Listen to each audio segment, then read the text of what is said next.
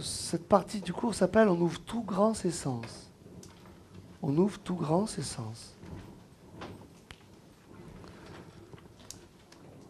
Premièrement, on va voir ce que c'est que les statistiques. Alors, en médecine, pour les maladies, pour la biologie, comme c'est un univers d'exactitude, les statistiques, eh ben, égale 0. Pointé, voilà. C'est 0. Peut-être que ça sert dans d'autres secteurs, mais pas là. Quand on a notre niveau de connaissance, comme c'est un programme très précis, au micron près, comme un laser, comme la pointe d'un laser, et que ça obéit à des lois, et que les lois elles fonctionnent à 100% sans exception, ben 100% c'est pas une statistique. C'est une loi. Donc ça sert à rien. C'est ceux qui n'ont pas compris qui font des statistiques pour essayer de comprendre. Quand on a bien compris, on n'a plus besoin des statistiques. Alors on va leur tordre le cou en 20 minutes. Je vais vous raconter une histoire réelle. Réelle, j'ai bien connu le monsieur. Un monsieur arrive, c'est un monsieur qui a pignon sur rue, qui est très connu dans la région marseillaise et même dans la France et dans le monde. Il est en pleine santé, il a quelques années de la retraite, il a entre 58 et 61 ans.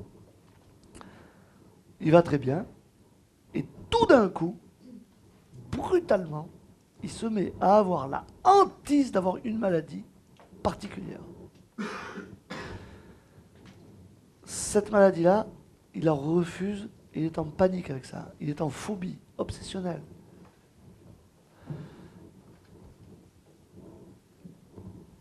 Il veut bien avoir n'importe quelle maladie,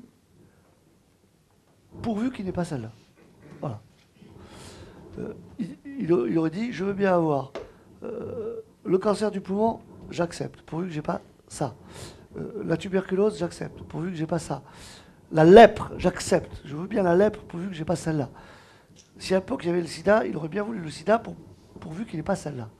C'est très précis. Quelle est cette maladie? Le cancer de la langue. Le cancer de la langue. C'est très précis. Hein? Il en était au stade extraordinaire. Moi, je l'ai vu avec des copains, on le voyait, on se foutait de sa gueule. On riait de lui, dans son dos. Il avait une petite glace, un petit miroir dans la poche, et il ne pouvait pas s'empêcher de faire ça. Pour voir s'il n'y avait pas le bourgeon cancéreux qui sortait sur sa langue. Mais toutes les 5 minutes, hein.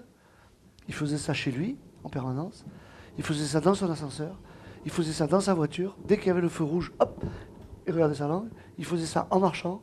Il faisait ça dans les couloirs de l'établissement où il travaillait. Il faisait ça en allant dans son bureau. Il faisait ça en réunion. Il s'éclipsait. Et hop, il allait derrière une porte. Il regardait. Bon, je ne sais pas si vous vous rendez compte. Alors, on l'a vu faire, on se foutait de lui.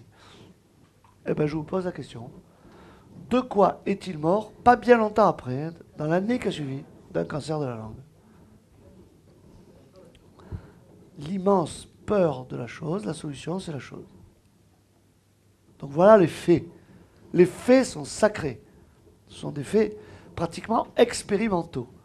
Maintenant, regardons si les statistiques nous apprennent quelque chose pour comprendre cette maladie. Déjà, il a peur du cancer de la langue. Déjà. Si c'est pas programmant, eh ben il n'a rien. 3 ans après, 5 ans après, 10 ans après, il est toujours vivant sans cancer de la langue, si c'est pas programmant. Bon. Admettons, donc il peut rester en bonne santé. Admettons qu'il fasse une maladie. Ben, il n'est pas obligé de faire un cancer de la langue si c'est pas programmant à 100%.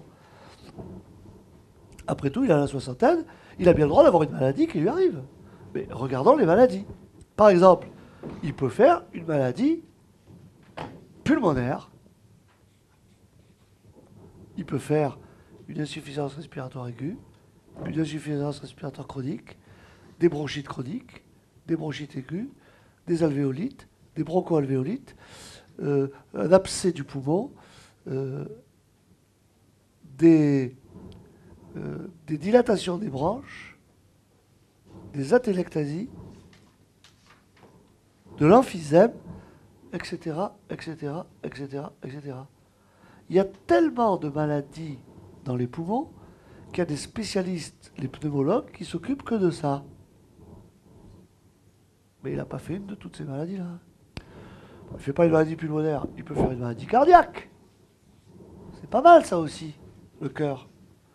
Il peut faire de l'angine de poitrine, il peut faire un infarctus, il peut faire un bloc de branche droit, un bloc de branche gauche, un bloc de branche incomplet, un bloc de branche complet, un bloc de branche du premier degré, un bloc de branche du deuxième degré. Il peut faire une insuffisance mitrale, un rétrécissement mitral, une insuffisance aortique, un rétrécissement aortique, une communication interauriculaire, une communication interventriculaire, une insuffisance ventriculaire gauche. Vous savez combien il y en a des maladies? Un syndrome de Wolff, Parkinson, White. Vous savez combien il y en a des maladies dans le cœur? Il y a les cardiologues qui s'occupent que de ça. Eh bien, il ne fait pas aucune maladie du cœur. Et vous avez compris, hein, il peut faire une maladie digestive. Il y en a tellement. Il peut faire une maladie rénale. Il y en a tellement. Il peut faire une maladie psychiatrique. Il y en a tellement. Eh ben non. Il va faire un cancer de la langue. Regardez avec quel soin j'ai pris pour ne vous citer que des maladies non cancéreuses. Vous voyez? Donc déjà, il faut qu'il fasse un cancer et pas une maladie non cancéreuse. Vous savez combien il a de chance? Une chance d'avoir un cancer sur X milliers de maladies non cancéreuses. Mais attendez,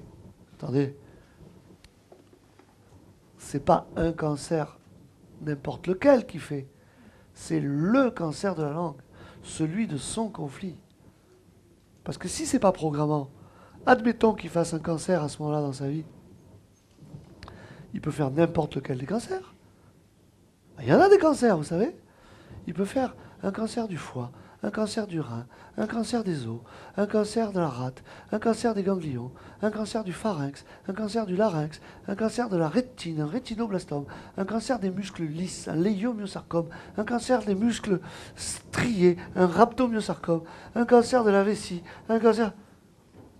Vous savez, chaque cellule peut faire un cancer. Mais il fait le cancer de la langue, spécifiquement, lui. Donc, comme il a de chance de faire un cancer précis parmi tous les cancers, une chance, celui-là, parmi Y milliers de cancers. Et bien, vous savez quel est le risque statistique qu'il avait pour faire son cancer?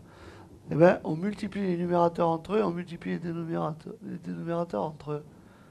Le risque statistique, dans son cas, était de 1 fois 1 égale 1 sur X milliers que multiplie Y milliers, XY millions. Voilà. Il avait une chance sur, par exemple, 35 millions, 40 millions, jusqu'à 99 millions. Et juste à ce moment-là, vous avez compris? C'est ridicule. Ça ne peut pas être le résultat du premier coup. Boum! Avec un risque statistique de 1 sur un certain nombre de millions à 2 chiffres, ça ne peut pas être du hasard. C'est du programme. Il s'est mis dans l'entonnoir et il ne pouvait qu'avoir un cancer de la langue très rapidement parce qu'il est dans le programme suraigu par une panique monstrueuse d'avoir le cancer de la langue, par autosuggestion forcenée. Ça y est? Il l'a eu et il en est mort malgré qu'il ait été opéré, tout ça dans la même année. Hein. Parce que c'est la connaissance de la biologie totale qui vous explique pourquoi il y a eu un cancer de la langue, et certainement pas les statistiques. Vous ne pouvez pas y échapper. Ça va, c'est clair? Il ne savait pas ça à l'époque. Sinon, il aurait eu sa chance pour se déprogrammer. Les gens d'aujourd'hui, c'est inouï la chance qu'ils ont. Et on leur donne toutes les informations pour qu'ils se déprogramment. Mais avant, ils ne savaient pas, les gens. Moi, je ne savais pas, quand je faisais mes études médicales, par exemple. Je ne savais même pas que ça existait, ça. J'ai jamais donné une information comme ça à quelqu'un. Hein. Ils ont de la chance, les gens qui sont malades, aujourd'hui. Vous vous rendez compte? L'avantage? Avant, c'était avant. Hein.